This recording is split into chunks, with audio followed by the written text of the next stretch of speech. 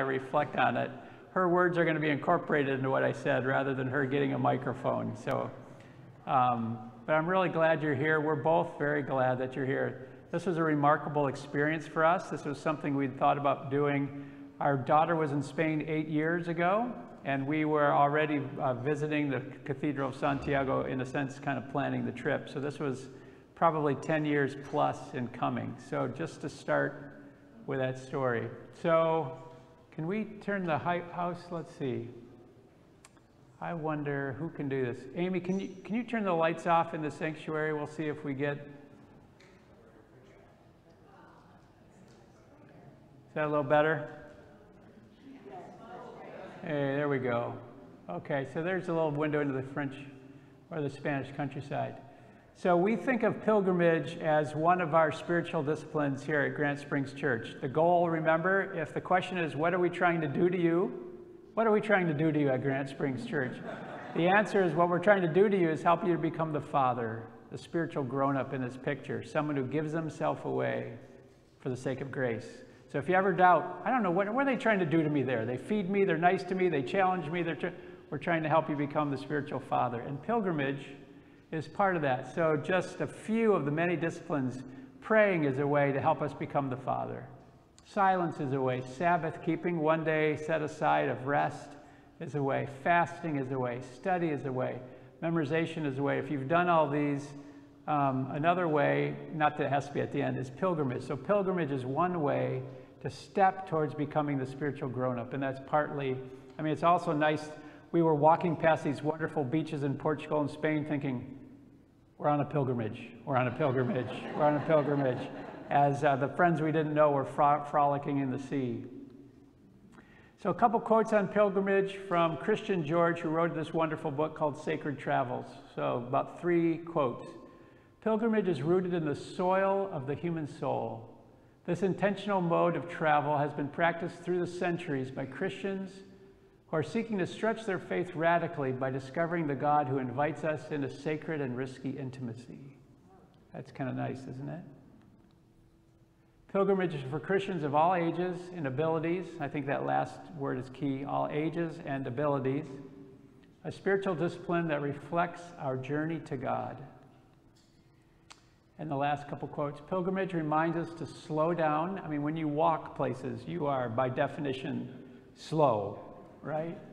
And when you have Parkinson's, you're actually slower still.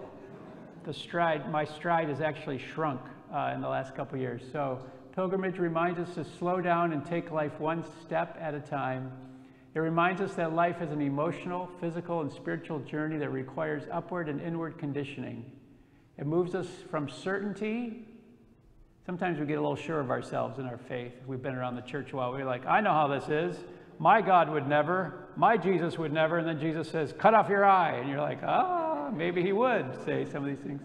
It moves us from certainty to dependency, from confidence to brokenness, from assurance in ourselves to faith in God. And this is kind of nice. A regular diet of spiritual disciplines like pilgrimage can splash our dehydrated Christianity with fresh faith and gives us a greater hunger for the holy. So pilgrimage, it's also true of praying and fasting and even listening to worship music. It can splash our dryness. And this is one of the, this is the route we took. You can see there's the coastal route, the littoral route, and the central route. We took the one right along the coast. I don't know if you can see it starts purple, and then it goes green all the way up, and then it hits gray, and it goes to Santiago. I want you to, you have that route memorized? And we talk about multiple caminos because there are different ways. The route we took was a short version, as a 14, 15-day version. There are 45 to 50-day versions, and there's a friend of ours who, after he retired, is working in a I think a John Deere, no, Caterpillar, the big moving equipment Caterpillar. After he retired from 35 years at Caterpillar, he started in Geneva, Switzerland, and walked to Santiago. So Gerry and I are just warmed up, I guess is what we're saying. And this is also often represented by this local shell in Galicia. Galicia is a section of Spain, a province of Spain. There's all kinds of shells, all kinds of seafood. but this shell is everywhere on the Camino. It represents all the paths to Santiago. So our journey, 189 miles, not that we were counting, to pilgrim from Porto, Portugal to Santiago. And someone in our church, I don't want to name who, but when I got back said, I didn't think you were going to make it. The other thing Matt said to me, no, it wasn't Matt. But like those before us, we wanted to revel in generous silence. Even when you go as a married couple, you know, there's that comfortable silence and comfortable conversation, right? To learn from our fellow pilgrims, to memorize parts of the Bible. Gerry did a lot better at that than I did. Part of being a pilgrimage is to leave behind, to shed in our anxiety or worry. Because we have a lot of things we're trying to do with our faith. There's a lot of things we're trying not to do to grow our faith, right? And then as we walk, we prayed.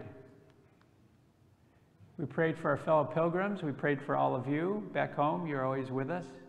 We prayed for us and our family as we live with a new reality in our lives. We planned this trip and dreamt about this trip before my diagnosis with Parkinson's, but now with a diagnosis that's, permanent, really, for me, that will be degenerative over time. There's a special way in which my own limits and my own future limits kind of play into this new, renewed kind of praying, if that makes sense. I don't know if some of you experience this, but when you're diagnosed with something that's bigger than you, some things you think, well, I broke my arm, that sucks.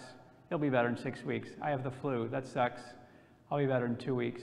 But then you get a diagnosis as, okay, this is for you the rest of your life. And the way it kind of knocks you sideways, and the way you pray needs some new wrinkles. And I'm thinking a lot of you are nodding, you've experienced that. It needs new wrinkles, to put it mildly. And one of the new wrinkles in our prayer life is this pilgrimage. So some themes, there's about 4 or 5 themes just to highlight. Walking.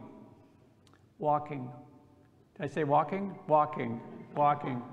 As holy soul work, it's an interplay of body and soul, every step of prayer. So this combination of physical and spiritual, this kind of combination of your body and your soul working together. You could think of it as a new kind of praying. So walking, just a couple senses of the terrain we walked through. That guy if it looks like I'm wearing the same clothes every day, it's because every 3 days I did. That's just our little secret. Don't tell anybody else. And Gerry was walking. I couldn't have done this without Gerry. We did this together. It gives you a little sense of the terrain.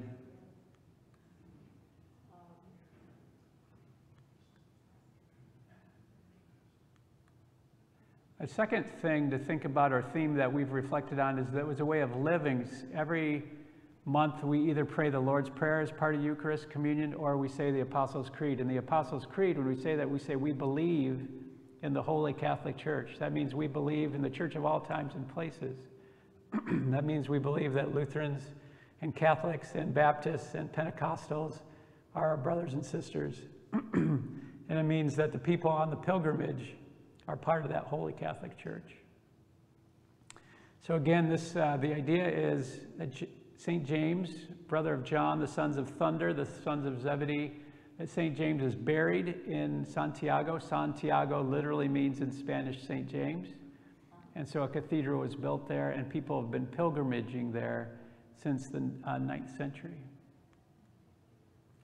So some people we met along the way, I posted this on Facebook, but the guy on your right, Antonio, I think, has done the Camino. You remember, Gerry, how many? I think 20 times. Yeah, 20 times he's done the Camino. So pilgrimage, so if you say, well, pray, I love to pray, and I want to pray more, that makes sense to me. If you say, I love to listen to worship, Christian music, it feeds my soul, and I want to do that some more, that makes sense to me. If you say, I've fasted, and I want to do it some more, it feeds my soul, that makes sense to me. If you say, I've done with my pilgrimage, and I want to do it again, that makes sense to us too. And Antonio has just been he's recovering from cancer, and so now he wants to do it as part of his recovery from cancer. His friend there, they met along the Santiago. She's done it 9 times, I think, give or take. And that guy on the far left has done it once. That guy in the middle was carved out. We heard this roaring outside. You never know what's going on in Spain. Spanish folks keep different hours if you've ever been there. I mean, dinner, if you want to meet all the other Americans in town, show up to dinner as early as 8:30 or 9. And then you look around and think, these are all Americans. I can tell just by looking at them, because the Spaniards don't really eat till 10 or 11, and they're partying way past that. But we heard this crazy sound. It was a chainsaw. Somebody made this picture of St. James, this iconic picture with a shell on his head, while we were resting in the early evening, 7, 8 o'clock. These are a couple Polish women, and one of the things you folks talk about in the Camino is you develop kind of your herd. And your herd isn't established ahead of time. These are just people you meet, and then 2 days later you meet them again, and 2 hours later you meet them again. They stop for lunch, you pass them, you stop for lunch. Well, these people, these young Polish women, we found out, we're talking about 40 kilometers a day. If you're keeping track at home, that's like almost 30 miles. But they paused, take a picture, and when they heard I was a pastor, they were very intrigued, very intrigued. They asked if I was evangelical. And I always want to know, well, what do you mean by that exactly? What does evangelical mean?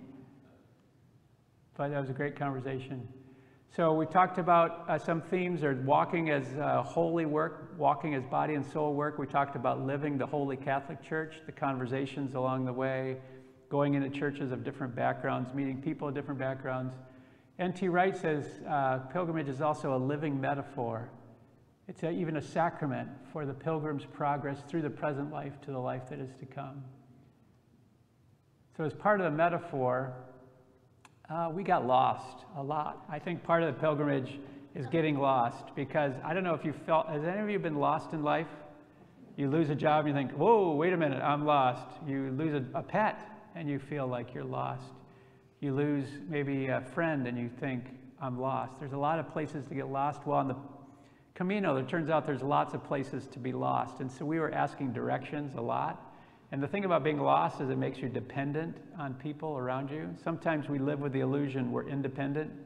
And in the United States especially, it's such a wonderful country. We pride ourselves in independence, which is a lot of good qualities to it.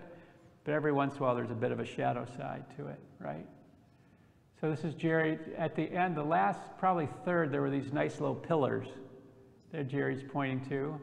But before then, you follow arrows, and you depend on the arrows that are ahead of you.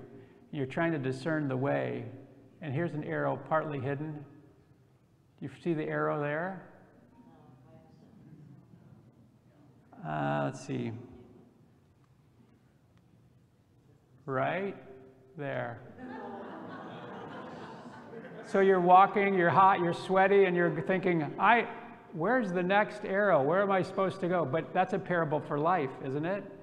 Sometimes you see the yellow arrows and it's really clear. Other times in life you think, I have no idea what I'm supposed to do here. And that's where pilgrimage is a nice parable. You're living that out. Now this one, you see this, it looks very clear, right?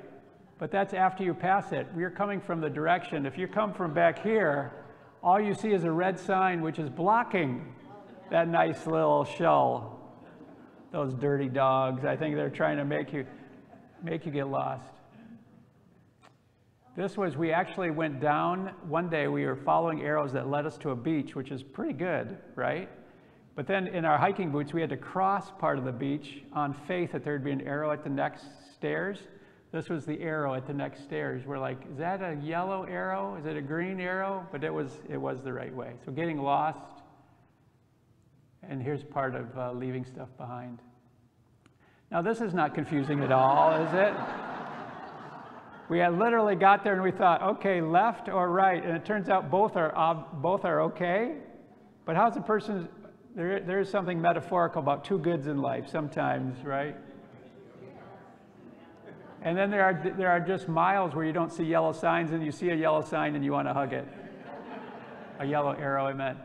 Speaking of getting lost, so we were at dinner one day, and this very helpful waitress was getting us set up, and she said, with your salad, with your salad. Her English was pretty limited. Our Spanish is pretty limited. She says, with your salad, would you like bacon and eggs with your salad? And we said, sure, we'd love bacon and eggs sprinkled in our salad. That's a plate of bacon and eggs. That was our salad. Our salad came. She was so proud of herself. Bacon and eggs in your salad. Yes, bacon and eggs in our salad. She came back. We had breakfast to start with, but that's the way it goes, right? So here's a third part of the metaphors, angels along the way. I talked about bread in the panel van. I talked about hotel guy and a cup of water. There was also a woman, we got about 186 miles in, we realized we needed COVID tests for the next day or two when we were going to fly into England where we saw our son. So after the Camino, we spent a week in London where our son lives. So we had to get our COVID test. Well, so 185, 186 miles, you're headed towards the cathedral, going to the cathedral. We had to make a detour to the clinic that was giving COVID tests. Well, our GPS showed exactly where it was. But it wasn't there. So we asked someone who gave us directions in beautiful Spanish, very clear directions if you speak Spanish. And that got us two blocks. And then we thought, now what? So we asked a couple people, well, in COVID time, people don't want to be stopped, right? Finally, we saw a woman on a bike, and I just said, hey, we're looking for the clinic, and we're probably, clinica. We know where our accent's just butchering this thing. So people have no idea what we're trying to say. But she's like, the clinic, oh, okay. And she started to give us directions. She must have looked how desperate we saw. She must have seen how desperate we saw in our faces. She said, I will show you. So she would bike a block, wait for us to catch up. She'd bike another block, wait for us to catch up. She'd bike another block, wait for us to catch up. And then she pointed to we looked at the clinic. It was a hospital in disguise. We never would have found it without her.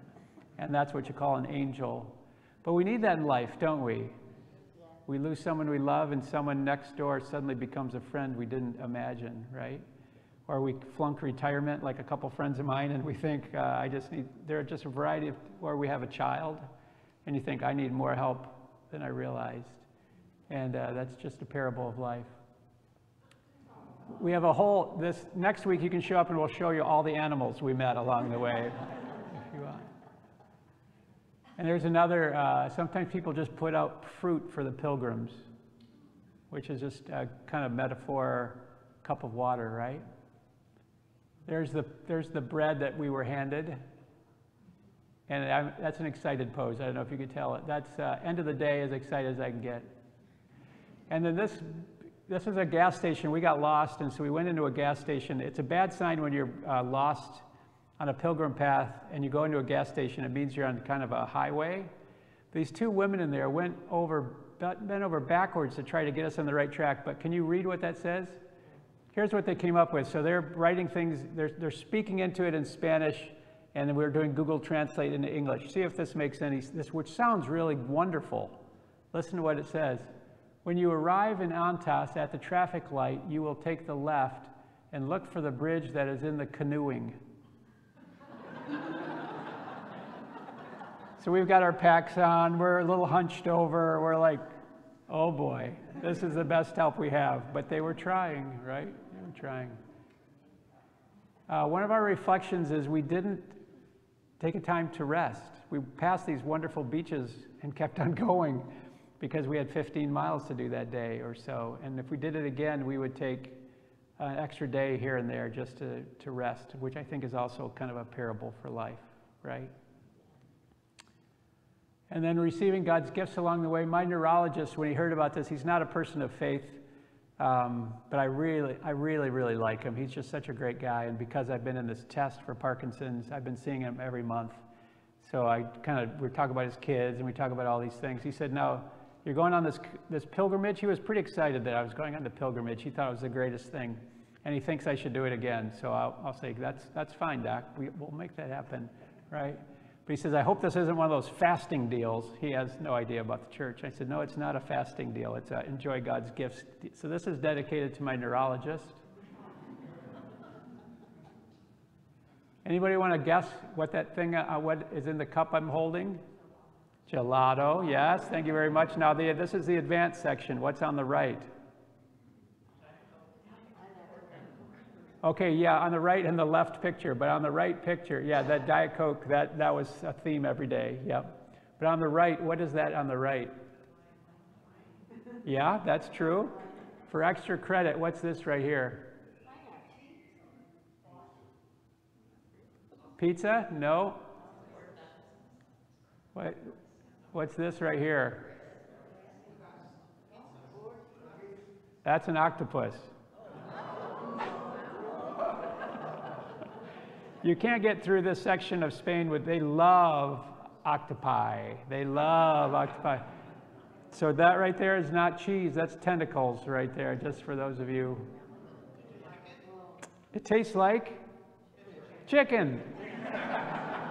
Kind of rubbery, clingy chicken. Oh, I thought. Gerry, how do you say that? Pastel de nata. If you go to Portugal, it's worth going just for these pastries. I'm just saying, and a little wine probably, or Diet Coke. Yeah. Just under the good gifts. They serve their fish like fish.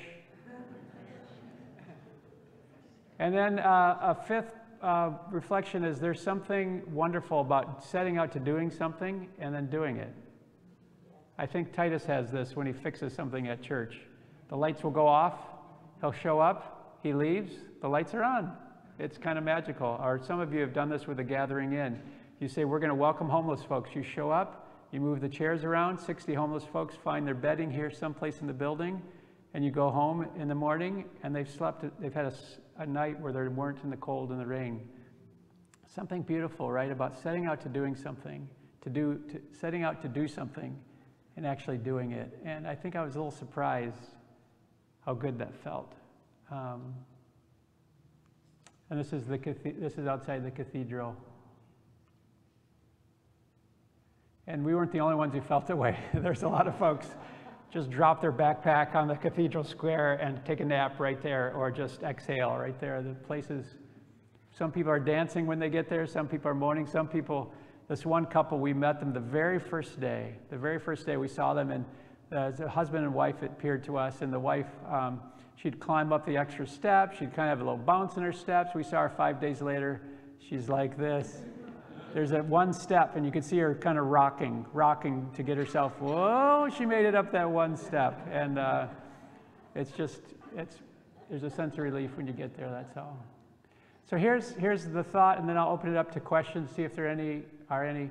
If pilgrimage is a spiritual discipline, which I believe it is, historically speaking, what might a pilgrimage look like for you? Not that you have to. In Muslim faith, you kind of have to make a pilgrimage to Mecca. Christians aren't like that. This is you get to if you want. But what would it look like for you? Here's some suggestions. The Camino de Santiago, that would be an option. The Portuguese route we recommend, 14 days instead of 45.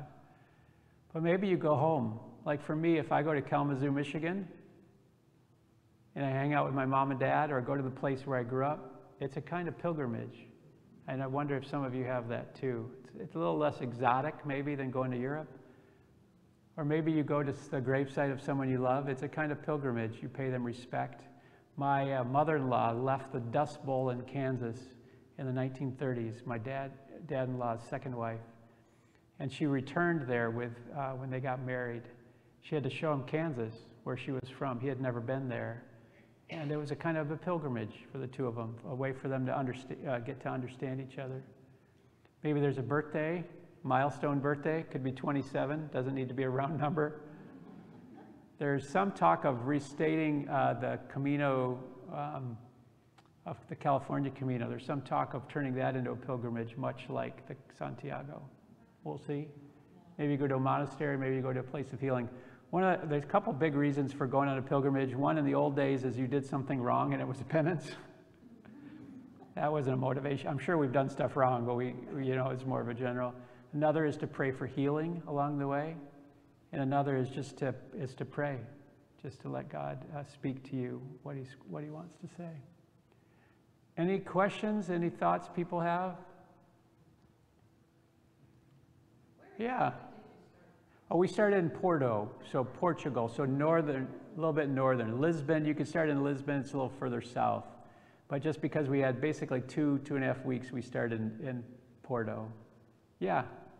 How many hours a day did you walk? Oh, that's how many hours a day did we walk? Probably 6 to 8. 6 to 8, that would be my answer too.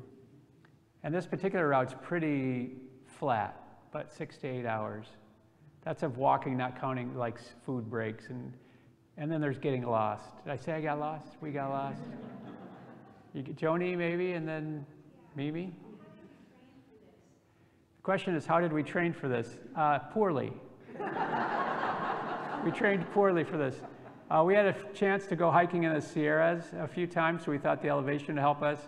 We tried to do longer walks at home, but you know, if you get 3 or 4 miles in at home, you think you've done pretty good. It's hard to train for 14, 15, 16, right? But we tried.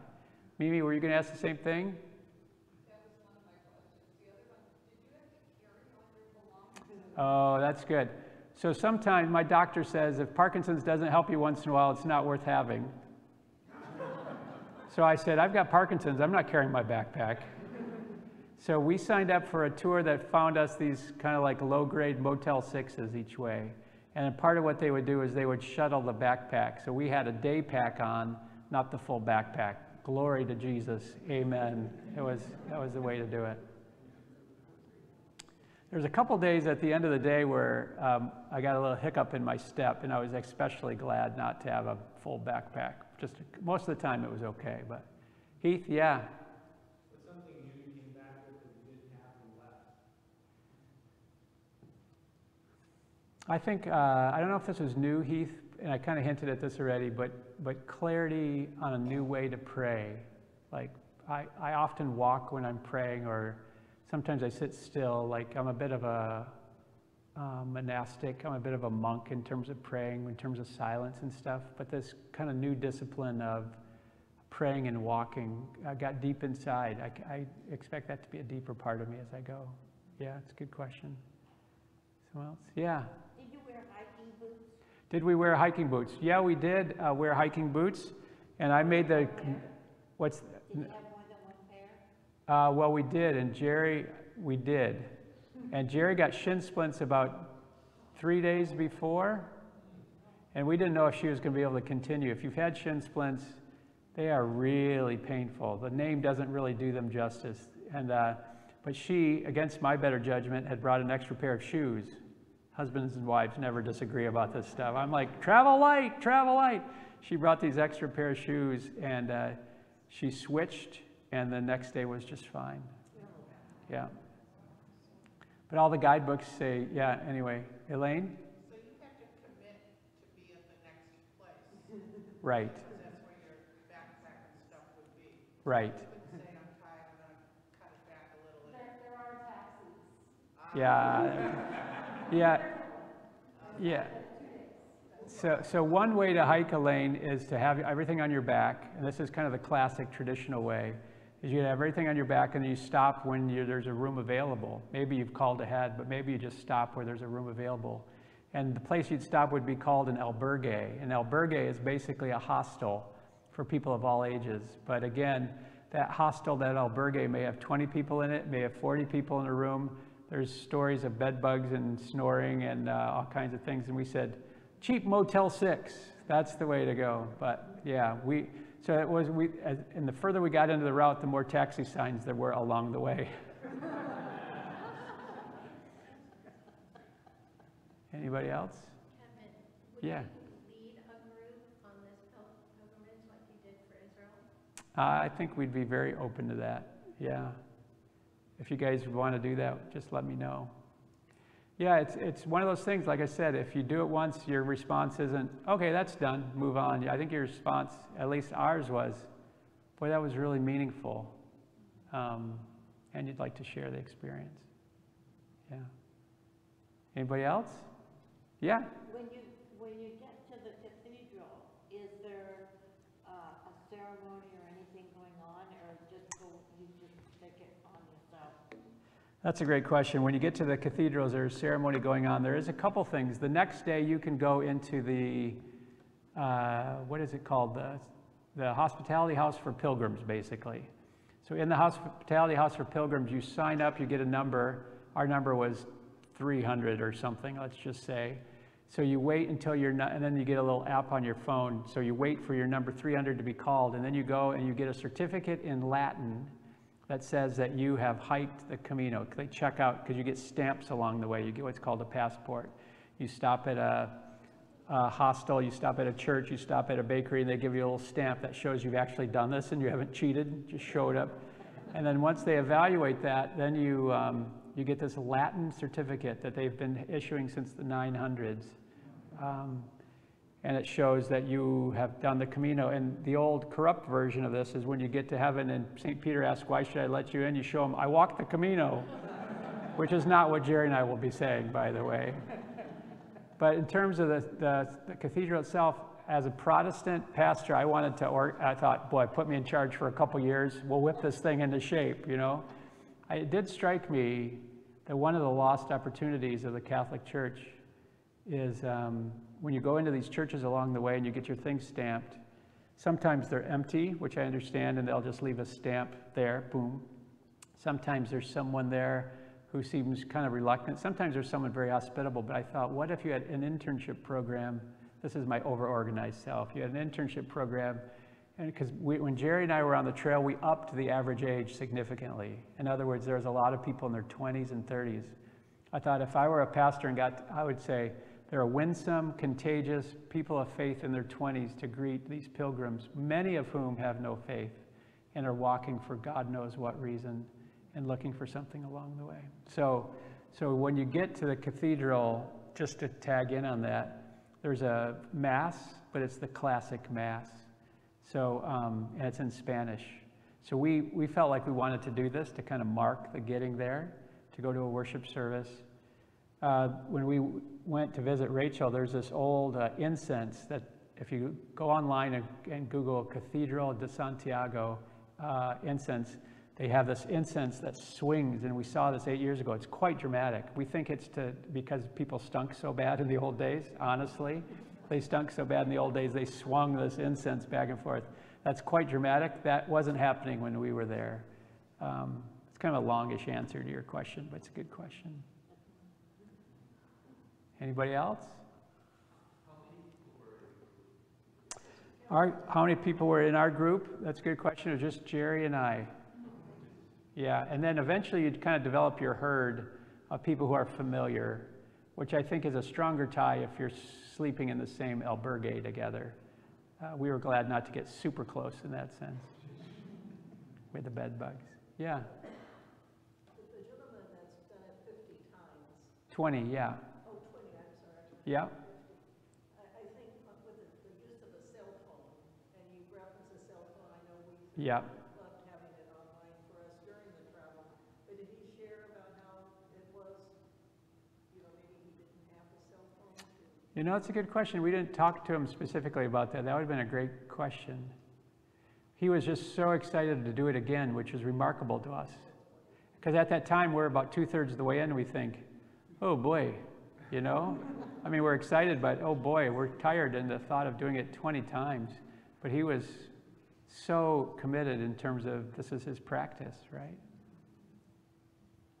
Yeah, Elaine? Is there such a thing as 4 people going together and 2 want to walk and 2 want to drive and you meet up at the cities? I'm asking for a friend. Yeah, you're asking for a friend. Is the friend driving or walking? I'm just asking. Yeah. Yeah, so one of the sayings they say is, your Camino is your Camino. So if there are some people who say it's not kosher really to have someone shuttle your backpack, to which we'd say, but that's the way we're doing it and that's the way it works. There's some people who bike the Camino. To get your Latin certificate, you need to go twice as far, which is fair on your bike. But if you're Latin, you know, but really, any way you do this would be to experience it. I would encourage your drivers to walk and to see how far they can go. If there's medical stuff going on, then make arrangements. But that would just be more of an encouragement to your friend. But does that make sense? So you can kind of shape this any way you want, but the traditional way is to walk. Like Gerry said, there are taxis, I don't say prowling, ready to assist. Anybody else? Did you never go in the ocean, in the water? We never went swimming in the ocean, which is a bit of a travesty. We did put our toes in a few days, but that's as far as we got. I know it sounds almost wrong, doesn't it? We were like, we gotta walk. At the end of the day, I was like, I gotta take a shower. Okay, yeah, a couple more questions, then we'll. Yeah, did you spend time learning about St. James, and did you Yeah, you know, that's a great question. Did you spend time meditating on St. James? Yes, we did. There are two James that are disciples, so this is kind of tricky. So the James who wrote the New Testament is a different James than the one who was on the Camino. One of the things I would say is, you know, people say, you know, James, the idea is James came to Galatia, spoke to a bunch of fishermen, preached the gospel, then went back to Jerusalem and got beheaded. And then they discovered his body in Galatia like 700 years, 800 years later. Is that 100% true? Does it matter to me if it's true? Are you honoring St. James either way? I think so. You know, people say, is this literal? It's like when you go to Israel, they say, this is the site Jesus is reported to have been born. This is the site Jesus is reported to have done this. There's a lot of reporting. This was all by, was it St. Helena? But it was Constantine's mom. I can't remember her name. She was finding things 300 years later. But we did, like Gerry memorized some passages from Philippians about pressing on. I was trying to memorize Psalm 122 about the house of the Lord, which I got about 3 verses in. That's all I got. But yeah, I mean, you have a lot of time to meditate, so it's a good thing. So somebody else calling, yeah. Does this go on all summer? This goes on all year. People are doing this. Summer is the most popular time. You can just start and stop anytime you want to. And is it organized to around a theme? No, this is you just decide you want to go on the Camino, and then what we were saying earlier, what Deb was saying, you kind of make your own theme. So if you want to meditate on what James said, if you want to meditate on the life of James, you want to meditate on Jesus, you want to meditate on or pray for healing, all that's fine. So you're doing this with hundreds of people, well, tens of thousands of people each year. It's a little less because of COVID, but you're doing this with tens of thousands of people for the year. But you kind of start on your own date and you go when you want to. You go. We met a couple, their retirement gift to each other was to walk the long way, which is 780 kilometers. That was their so that's what they did with their first days of retirement, and they said they took the slow route. So they went 10 kilometers a day. We were going 24, 25, something like that most days. But that was their gift to each other, and it's a pretty interesting gift. Yeah. How early would you start each day? We had to have our suitcases down by 8:30 in the morning, which is about, well, it felt early coming from California, I'll put it that way.